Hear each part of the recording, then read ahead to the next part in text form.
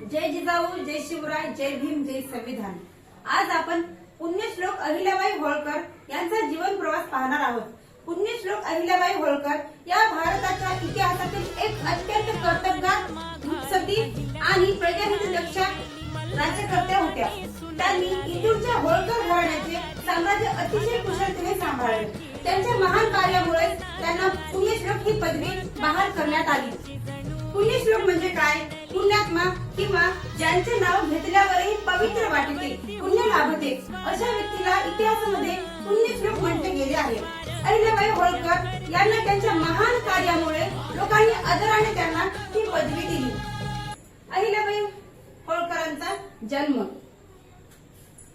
31 मे 1725 रोजी महाराष्ट्रातील अहमदनगर जिल्ह्यातील चौंडी या गावी त्यांचा जन्म झाला। त्यांच्या वडिलांचे नाव मानभोजी शिंदे असे होते।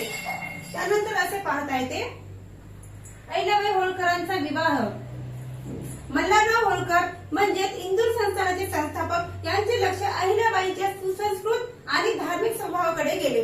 त्यांनी आपला मुलगा खांडेराव यांच्याशी अहिल्याबाईंचा विवाह लावून दिला। यासमोर खांडेरावांचे निधन 1754 मध्ये कुंभेरीच्या युद्धात त्यांचे पती खांडेराव होळकर यांचे निधन झाले। त्यानंतर काही वर्षातच त्यांचे सासरे मल्हारराव आणि तरुण मुलगा मालेराव यांचेही निधन झाले। या सर्व कौटुंबिक आघातांना तोंड देत त्यांनी साम्राज्याची धुरा स्वतः हाती घेतली। या पुढील पॉइंट, अहिल्याबाईंचे कुशल प्रशासन आणि राज्यकारभार। अहिल्याबाईंनी आपल्या राज्याची राजधानी इंदूरहून नर्मदा नदीच्या तीरावर महेश्वर येथे हलवली। त्यांनी तुकोजीराव होळकर यांना लष्कर प्रमुख म्हणजे सेनापती नेमले आणि स्वतः प्रशासकीय व राजकीय निर्णय घेण्यास सुरुवात केली। त्यानंतर अहिल्याबाईंची न्याय व्यवस्था। त्या स्वतः रोज दरबार भरून प्रजेची गाऱ्हाणे ऐकत असत। श्रीमंत असो वा गरीब सर्वांना सारखाच न्याय दिला जाईल। यासमोर नेक्स्ट पॉइंट, अहिल्याबाईंची औद्योगिक क्रांती।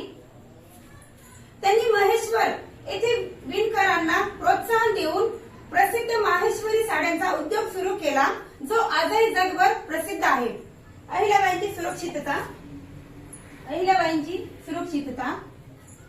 त्यांनी जंगलातील भिल्ल आणि इतर आदिवासी जमातींना शेती कसायला जमीन दिली, त्यामुळे राज्यातील चोऱ्या आणि दरोडे पूर्णपणे थांबले।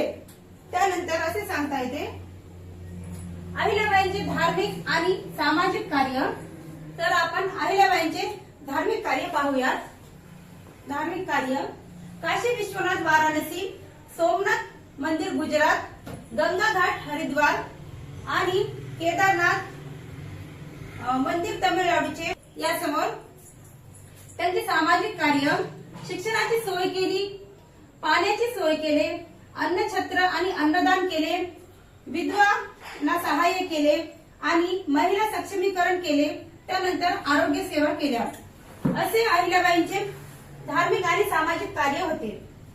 यासमोर विश्वनाथ मंदिर आणि वाराणसी।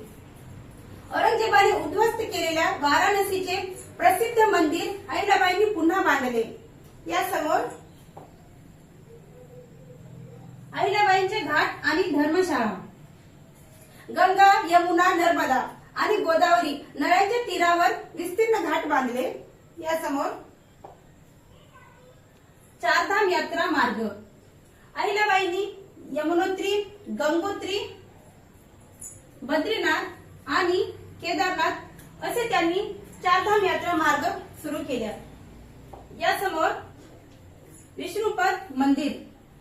बिहारमध्ये गया येथे विष्णुपद मंदिराचे भव्य बांधकाम केले। त्यासमोर असे पाहता येते, अहिल्याबाई होळकर त्याग आणि साधेपणा। अथांग संपत्ती आणि सत्ता हातात असूनही त्यांनी स्वतः अत्यंत साधे आयुष्य जगले। राज्याचा खजिना स्वतःसाठी न वापरता देवाचे आणि प्रजेचे कल्याण यावरच त्यांनी खर्च केला। त्यांच्या याच पवित्र, निस्वार्थी आणि महान कार्यामुळे समाज आजही त्यांना पुण्यश्लोक अहिल्याबाई होळकर म्हणून अत्यंत आदराने स्मरणात ठेवतो। त्यासमोर थोडक्यात सांगायचे म्हणजे काय, अहिल्याबाईंनी कधीही राज्याचा खजिना स्वतःच्या वैयक्तिक सुखासाठी वापरला नाही. मल्हाररावांनी त्यांना दिलेल्या खासगी वैयक्तिक मालमत्ता या उत्पन्नातून त्यांनी ही सर्व धार्मिक आणि लोककल्याणकारी कामे केली.